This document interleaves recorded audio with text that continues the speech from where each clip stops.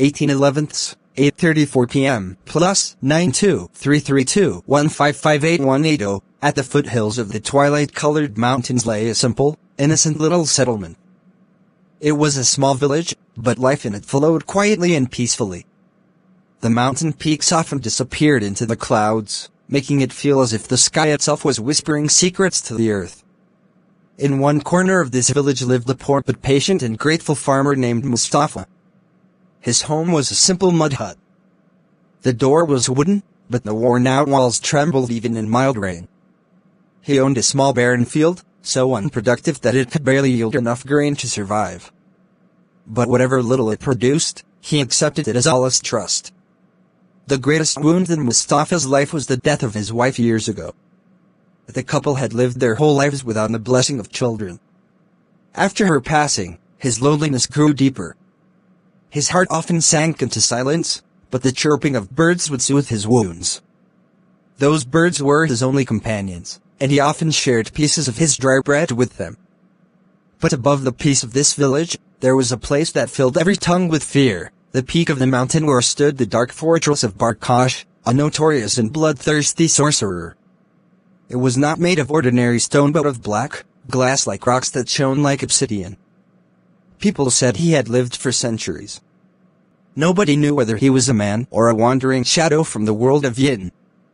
But everyone knew of his cruelty, his ferocity, and his greed. Rumor had it that his treasure was filled with stolen gold, jewels, and hidden wonders from every corner of the earth. The most terrifying thing was this: anyone, human or bird, who came near his fortress instantly turned into a stone statue. That is why people considered even looking toward that mountain to be unlucky. One night, a violent storm struck. It uprooted trees, tore doors off huts, and destroyed everything in its path. Mustafa spent the entire night in his hut, trembling, pleading to Allah for protection. When morning came and the sky cleared, he went to his field with a trembling heart to see what remained. But upon reaching it, his feet froze. Whatever little crop he had was gone. The soil had washed away. The farmer stood there as if watching the funeral of his last hope. In that silence, he suddenly heard a faint sound, like a wounded creature crying from a hidden corner. The sound came from behind a pile of rocks. He walked closer, and what he saw left him speechless. Between the rocks lay a small, injured eaglet, an okap eagle chick. Covered in mud, one wing broken, and shivering from cold and pain. It seemed the storm had thrown it down from its high nest. Mustafa knew that okap eagles were no ordinary birds and often lived near the cursed mountain of Barkash. For a moment, fear gripped his heart, touching this bird might bring trouble. But the next moment, his humanity awoke. If Allah has brought it to my doorstep, how can I abandon it? He whispered to himself. He gently lifted the bird, wrapped it in his cloth, held it close to his chest, and brought it home. He cleaned its feathers, bandaged its wounds, and cared for it as best as he could. He himself would remain hungry, but always fed the bird milk first. If he caught a fish, the best piece went to the eaglet. He named the little bird Mitu. Weeks turned into months. Mitu's broken wing healed. His eyes regained their shine. He was no longer a helpless chick, but a magnificent eagle, strong wings, sharp claws, and the fearless spirit of a true king of the skies. A strange but deep bond formed between Mustafa and Mitu.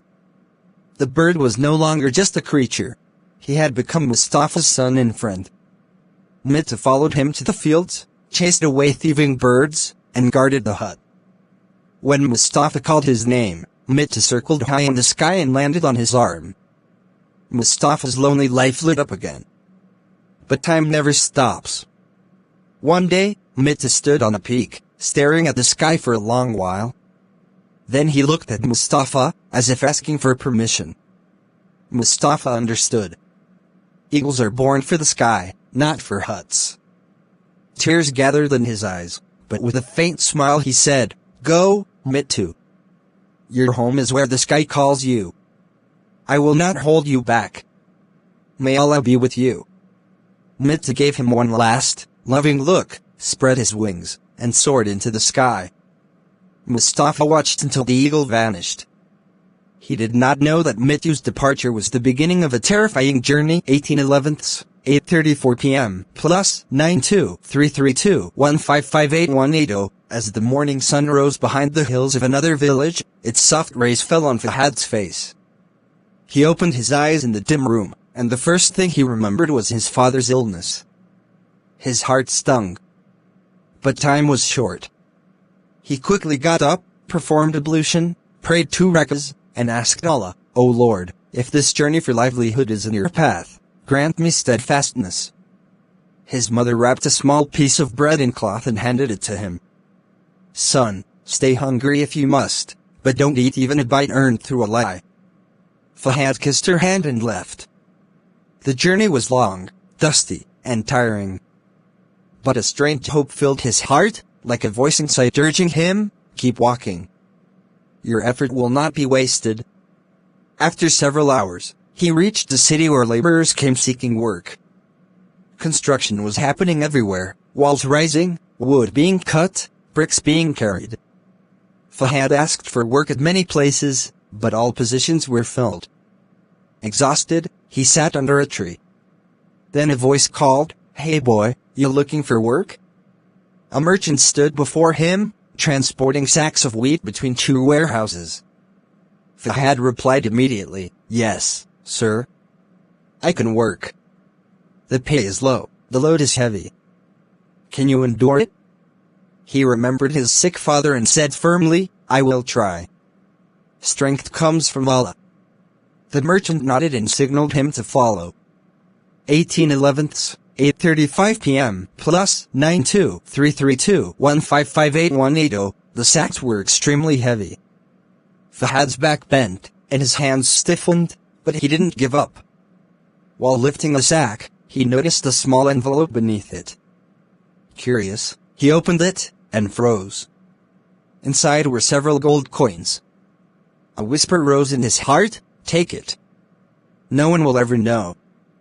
But his mother's voice echoed in his ears, "Son, lawful sustenance, even if tiny, brings peace to the heart." Without hesitation, he called the merchant. "Haji Sahib, I found this under the sack. It might be yours." The merchant was astonished. "This isn't mine." "And you? You didn't hide it?" Fahad simply said, "An amana is an amana. Returning it is my duty." The merchant looked at him as if gazing at a rare treasure. 18/11, 8:35 p.m. plus 92-332-1558180. Near sundown, one sack ripped, spilling wheat everywhere. The old clerk blamed Fahad. The merchant asked, "Tell me the truth. Did it fall from your hands?" Fahad knew that lying might save his wages. But he lowered his gaze and said, "Yes. I was tired. It was my mistake." The merchant's anger flared, but after a moment he sighed. "People hide their mistakes, you admit yours. You've won my heart."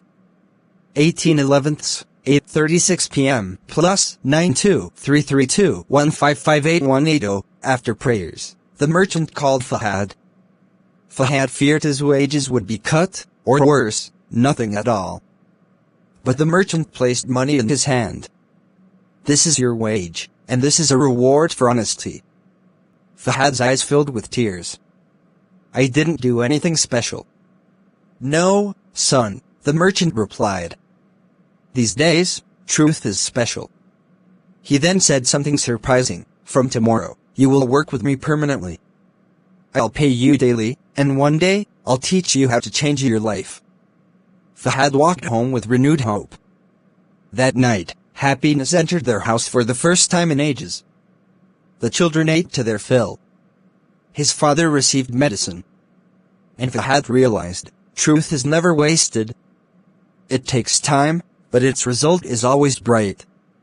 18/11, 8:36 p.m. plus 92-332-1558180. The next morning Fahad left again, determined and hopeful. The merchant was already waiting. "You came. I was expecting you." Did you really hire me? Fahad asked shyly.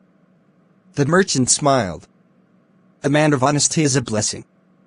From today, you're my worker. Fahad worked tirelessly. Soon he learned weighing, bookkeeping, and organizing goods. The merchant watched him with pride. One day, chaos spread through the city. Several warehouses had been robbed. Police searched everywhere. They suspected the new laborer, Fahad. A bag filled with wheat and few gold coins was found, and the officers accused him. Just then another officer arrived breathlessly. Stop! The real thief has been caught. The merchant placed his hand on Fahad's head. Son, Allah protects those who speak the truth. Weeks passed, and business grew so much that the merchant needed a new clerk. Many people came with recommendations, but he rejected all of them. One evening, he approached Fahad. Son, I've observed you for months. You're more than a laborer. You brought blessing into this place. From today, you are my new clerk. Fahad hesitated. But Haji Sahib, I'm not qualified enough.